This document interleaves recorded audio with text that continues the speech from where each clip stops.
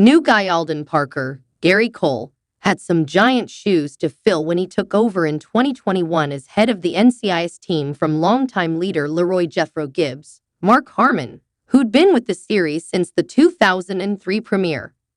After a bumpy start with the agents, Parker won them over, but fans loved Cole. A familiar face with a long career in TV and films, from the start. We spoke with the actor about his character's journey so far. When director Vance Rocky Carroll offered Parker the job, he hesitated. Why? Gary Cole. He wondered, is this where I really want to be? The stakes couldn't be higher. The team is on a perpetual stress train. Parker, by nature, is a loner. Out of instinct, he doesn't trust anybody. But he's got to make compromises and do two things. Watch his back and trust other people with his life. At first, Parker was adversarial with everybody, but Vance gave him the benefit of the doubt. Vance is a trademark good leader, firm but fair, and that's what Parker tries to be. Parker bonded with his agents in All Hands, Season 19, Episode 11, when he led them in outsmarting and outfighting terrorists on a ship. It was the first time Parker called them my team. Why was this a game changer? The circumstances were so black and white. People's lives were on the line. Being in charge, he was responsible for them. Before then, the team had reason to not necessarily have a lot of confidence or trust in him because Gibbs had been there so long that they were used to one thing, and Parker was not that. In this episode, he's proving himself to the team. In real life, about 2 weeks before, I tore my meniscus. Whenever we weren't shooting, I was sitting on an apple box with a giant bag of ice.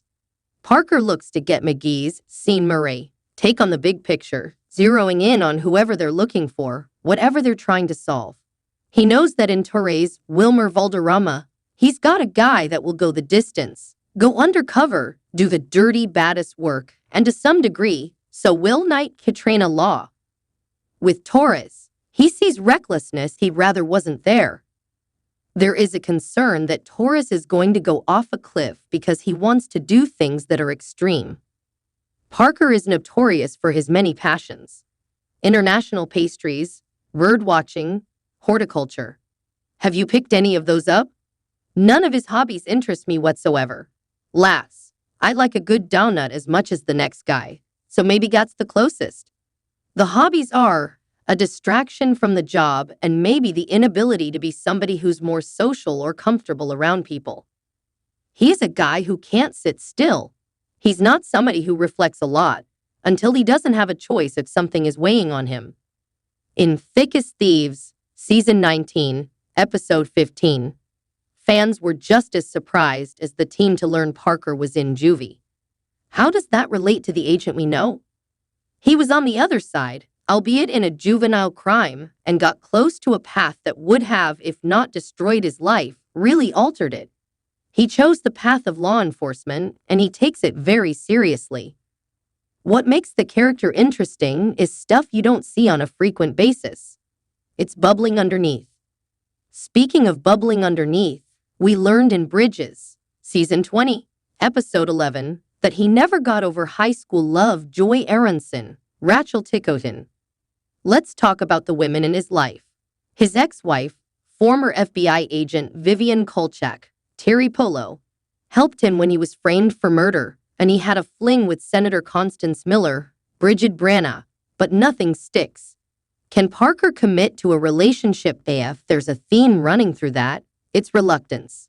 Maybe that traces back to the episode with his ex-partner that he wounded.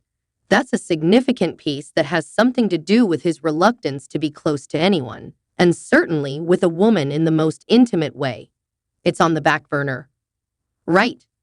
In Old Wounds, Season 20, Episode 14, we met his former FBI partner Jeremy Brighton, Michael Patrick Thornton, whom Parker had mistakenly shot and paralyzed.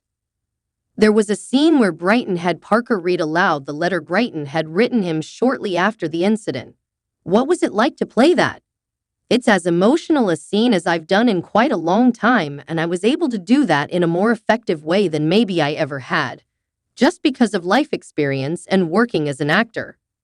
I wanted Parker to get the letter and read it back to his partner, almost in anger at first, and then discover the turn to forgiveness that the letter makes almost as if it just kind of overtook him and he didn't expect it. That's what we wound up doing.